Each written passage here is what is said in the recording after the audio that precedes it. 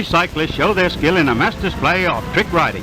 They go through the hoops without fire. No flaming hoops, but more flaming sense. Now then, don't get off your bikes. Oh, wise guys, eh? Sure, I get the idea. You're a dispatch rider, eh? Both hands free for carrying dispatches. Or do they make you stand at attention all the time in the Army now? This announcement is not authorized by the Road Safety Council. I'll stand around, said Harry. No, you have to drive. I'll stand around, said Bill, and make mine a double-header. Well, let's both stand around, said Harry. So they both stood around, and another round. Apparently, death is not so permanent if you get away with it. Well, wouldn't it? The Army hasn't changed. As soon as a bloke tries to do something on his own, there's someone on his back. Bet that cove's a Sergeant Major.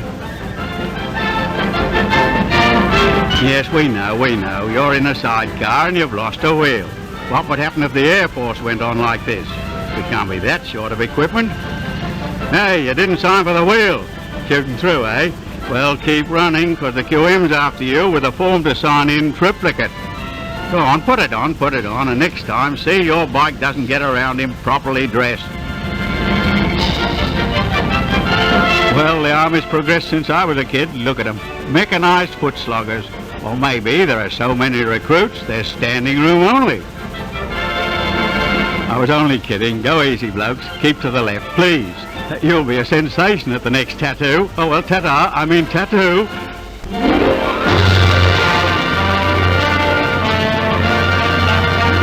Milk and fashion may not seem to have much in common, but today they are inseparable.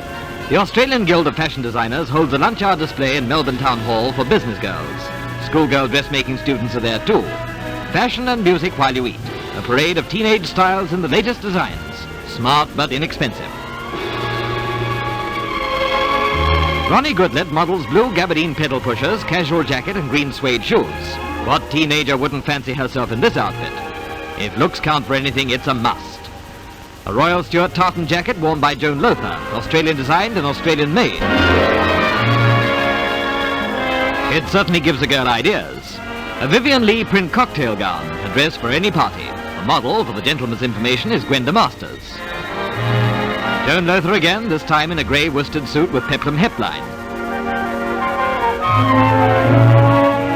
English designer Peter Russell is an interested spectator. A cocktail frock by Van Roth, a creation any young girl might dream about. It certainly gives her something to chew over. A striped taffeta gown with organdy underskirt by Patricia Linder. Australian designers show skill and ingenuity in creating styles for the modern miss. And the modern miss appreciates it. Now for the highlight of the show. A white lace bridal gown modelled by Denise Porritt, Miss Victoria. An ideal creation for the Easter bride.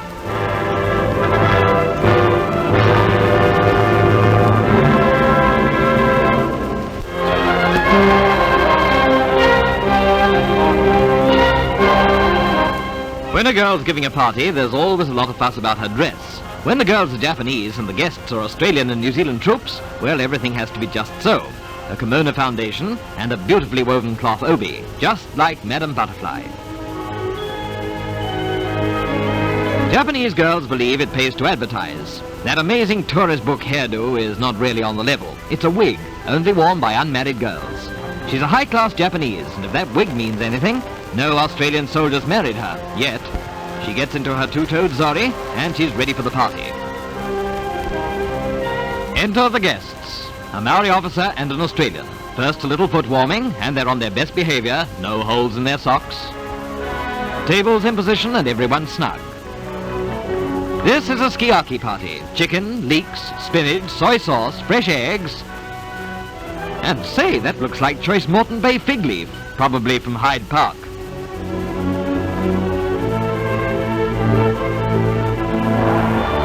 Chopsticks are wrapped, but they're not all they're wrapped up to be. Ozzy's in trouble. He'd much prefer a tin opener and a can of bully beef. Or would he? For skiaki, you break an egg and beat it. If you don't beat it fast enough, you're liable to marry the girl and get sent back to Australia. Dancing girls too, of course, and everything is perfectly proper.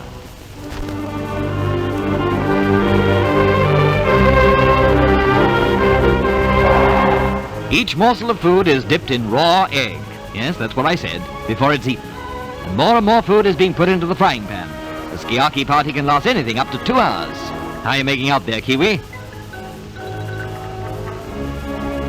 With the food sizzling gently in the pan and the conversation flagging only between mouthfuls, well, not even then, it's a delightful meal to sit and talk and watch the food cooking.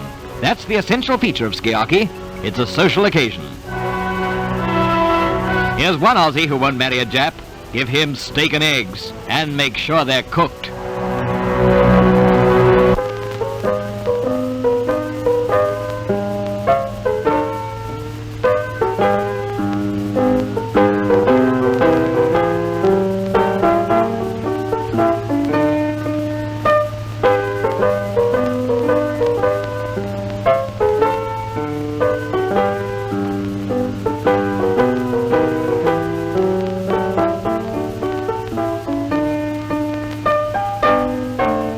Marion Tiernan of Sydney is only 5. She hasn't learned to read or write yet, but she's passed the primary examination in the London College of Music with 90 marks out of 100. Before she could read music, Marion had to learn the 7 letters of the musical alphabet. Her teacher, Mrs. Bridger of Petersham, used storybook figures. A for apple, B for bear, C for cat, D for dog, E for elephant, F for fan, and G for girl.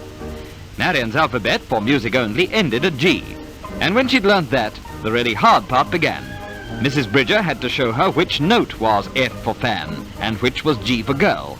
Each note had to be related to a storybook figure, and then to written music itself. Crotchets and quavers all had their own fairyland characters, and Marion quickly learnt to distinguish one from the other.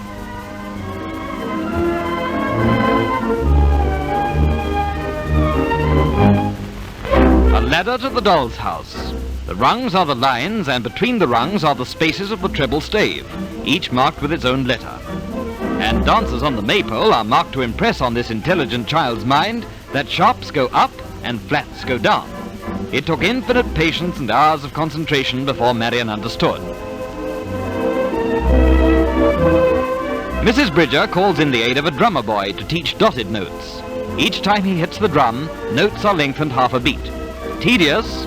Well, in less than a year, a girl who can't read has learned to play 15 compositions and to accompany herself.